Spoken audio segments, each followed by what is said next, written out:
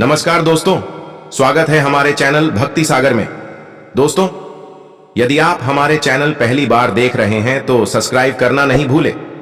दोस्तों, एक समय की बात है, भगवान विष्णु क्षीर सागर में माता लक्ष्मी के साथ विश्राम कर रहे थे।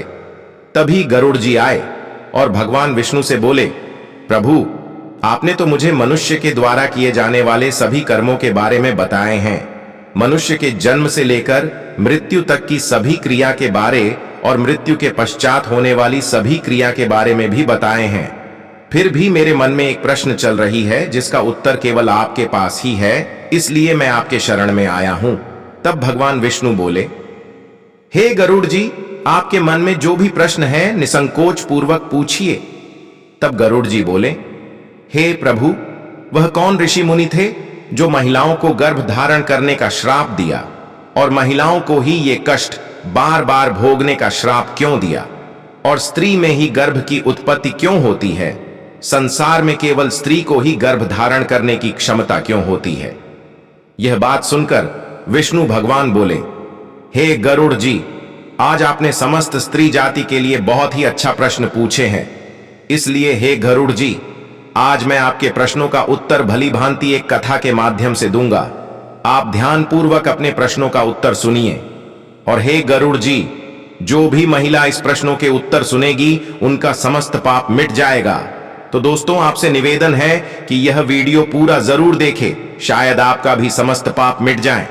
तब गरुड़ जी कहते हैं, हे प्रभु, कृपया शीघ्रता से वह कथा मुझे सुनाइए दोस्तों।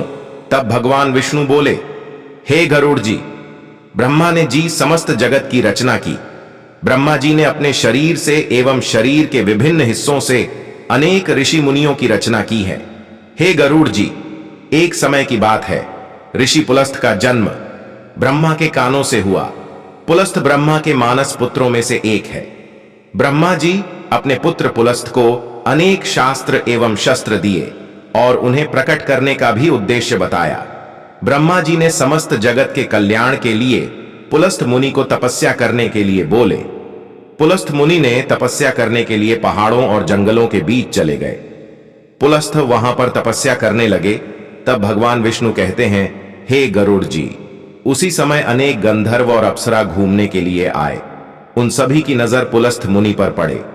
उन सभी ने पुलस्त्य मुनि की तपस्या भंग करने का निर्णय लिया और तपस्या भंग करने का भी कोशिश करने लगा।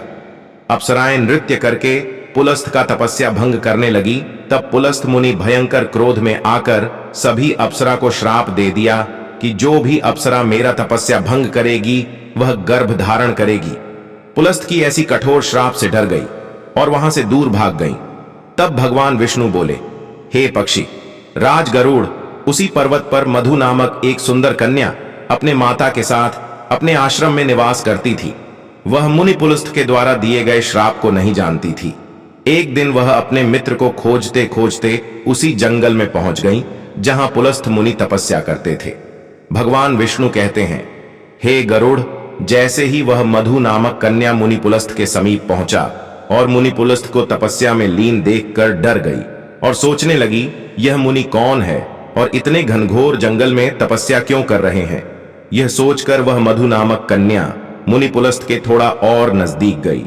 उस कन्या की पैर की आहट से मुनि पुलस्त्य की आंखें खुल गई और मुनि पुलस्त्य गुस्सा हो गए और सोचने लगे, पुनः ये मेरा तपस्या भंग करने के लिए आई है। तब मुनि पुलस्त्य ने अपने आंखें उठाकर देखे तो मुनि पुलस्त्य के द्वारा दिए गए श्राप हावी होने लगा और वह मधु नाम की कन्या का शरीर पीला होने लगी और वह कुछ समय के उपरांत गर्भवती हो गई। अपने शरीर में ऐसे बदलाव देखकर वह मधु नामक कन्या चिंतित हो गई और सोचने लगी, मेरे शरीर में ऐसा क्या हो गया।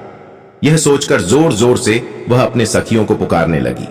उसकी करुणा और जोरों की आवाज सुनकर उसकी सखी उसके पास आई और यह सब देखकर आश्चर्यचकित हो गई। फिर सभी सखी मिलकर उस कन्या के पिता के पास गई और उसने सभी बातें सच सच बता दी। यह बात सुनकर महर्षि को बहुत ही तकलीफ हुआ। तब वह तुरंत अपने ध्यान मग्न मुद्रा में आकर देखा कि यह ऋषि पुलस्त्य के कारण हो गई है। मेरी पुत्री ने उसे तपस्या में बाधा दी है, इसलिए उन्होंने सभी स्त्री को श्राप दे दिया। यह देखकर महर्षि ने अपने पुत्री को साथ में लेकर चल दिए। जहां ऋषि पुलस्त्य तपस्या करते थे तब भगवान विष्णु कहते हैं, हे गरुड़। वहां पर पहुंचकर वह महर्षि पुलस्त को देखकर नमस्कार किया और क्षमा याचना करने लगे। वह महर्षि कहने लगे, हे ऋषि, आप ब्रह्मा जी के मानस पुत्र हैं। आप परम दयालु और परम कृपालु हैं। आज मेरे पुत्री आपकी वजह से ही गर्भवती हो गई है। आपके द्वारा दिए गए वचन से ये अनभिज्ञ थी। ये संसार की पहली स्त्री होगी जो गर्भवती हो गई है। इसका दूसरे जगह मैं विवाह नहीं कर सकता हूं। भला अब इसे अपने पत्नी के रूप में कौन स्वीकार करेगा? इसलिए महर्षि, मैं आपसे आग्रह करता हूं, आप इसे अपनी पत्नी के रूप में स्वीकार कीजिए। मेरी पुत्री सर्वगुण संपन्न है। थोड़ा भी मेरी पुत्री में अवगुण नहीं है। यह हमेशा आपकी सेवा में समर्पित रहेगी। तब भगवान विष्णु कहते हैं, हे पक्षी, राज गरुड़ महर्षि के इस तरह विनती करने पर पुलस्थ मुनि बहुत ही प्रसन्न हो गए और मुनि पुलस्थ ने खुद जो श्राप दिए थे, अब उस श्राप से मुनि पुलस्थ मन ही मन दुखी होने लगा और उस कन्या के पिता को समझाते हुए बोले, हे महर्षि, मेरे वजह से ही आपकी कन्या गर्भवती हो गई है, लेकिन मैं अब इसे अपने पत्नी के रूप में स्वीकार करता हूं, इसलिए आप चिंता नहीं करें। तब भगवान विष्णु कहते हैं, हे गरुड़ मुनि पुलस्थ ने उस कन्या को अपने पत्नी के रूप में स्वीकार कर लिया। अब वह महर्षि की पुत्री मुनि पुलस्थ के आश्रम में रहने लगी और निस्वार्थ भाव से वह मुनि पुलस्थ की सेवा करने लगी और मुनि पुलस्थ ने भी उस कन्या की सेवा सत्कार से अत्यंत प्रसन्न हो गए। तब भगवान विष्णु कहते हैं, हे पक्षीराज गरुड़, एक दिन मुनि पुलस्थ ने अपने पत्नी से कहा, हे देवी, मैं तुम्हारे सेवा सत्कार से प्रसन्न हूं, इसलिए मैं तुम्हें अपने ही समान पुत्र होने का वरदान देता हूं। तुम्हारा यह पुत्र चारों वेदों में विद्वान होगा, इसलिए इस पुत्र का नाम विश्रवा रखना। तब भगवान विष्णु कहते हैं, हे पक्षी राज गरुड़, फिर उस समय के बाद मुनि पुलस्थ की पत्नी ने एक सुंदर और गुणवान पुत्र को जन्म दी। महर्षि पुलस्थ के कथानुसार अपने पुत्र का नाम विश्रवा रखी। वह बालक अपने पिता पुलस्थ मुनि के जैसे ही बहुत बड़े विद्वान निकले और उनकी ख्याति चारों तरफ फैल गई। उनकी महानता को देखकर महर्षि भारद्वाज ने अपने पुत्री का विवाह विश्रवा से करने का निश्चय किया और कुछ ही दिनों के बाद अपने पुत्री का विवाह विश्रवा से कर दिया। फिर कुछ ही दिनों के बाद विश्रवा की पत्नी की गर्भ से एक पुत्र का जन्म हुआ, जिसका नाम कुबेर रखा गया। कुबेर ने एक बार ब्रह्मा जी को प्रसन्न करने के लिए कठोर तपस्या किया। तब कुबेर की तपस्या से खुश होकर ब्रह्मदेव ने कुबेर को वरदान दिया और उसे उत्तर दिशा का स्वामी और धन के राजा बना दिए। साथ ही कुबेर को ब्रह्मा जी ने पुष्पक विमान भी भेंट में दिए, जो मन की गति से चलता था। हे पक्षी, राज विश्रवा की दूसरी पत्नी का नाम कैकशी था। एक समय जब भगवान भोलेनाथ माता पार्वती के लिए एक सुंदर नगर की सोने की लंका की स्थापना किए, तब उस महल की गृह प्रवेश में विद्वान विश्रवा को भी बुलाया गया और उनके साथ उनके दूसरी पत्नी भी साथ में गई। तब विश्रवा की पत्नी ने छल से वह सोने की लंका ही मांग ली। तब भोलेनाथ ने विश्रवा को सोने की लंका को दान में दे दिए। तब माता पार्वती ने क्रोध में आकर विश्रवा की पत्नी कैकसी को बोली, जिस तरह तुमने छल से सोने की लंका मांग ली, एक दिन मेरे स्वामी यह तुम्हारे सोने की लंका को जलाकर भस्म कर देंगे। फिर कुछ ही दिनों के बाद कैकसी के पुत्र रावण ने सोने की लंका कैकसी से छीन लिया, परंतु त्रेता युग में भगवान शिव की हनुमान अवतार ने सोने की लंका को जलाकर भस्म कर दिया। तब भगवान विष्णु कहते हैं, हे गरुड़ जी, मुनि पुलस्थ के कारण ही सबसे पहले एक महिला गर्भवती हुई थी।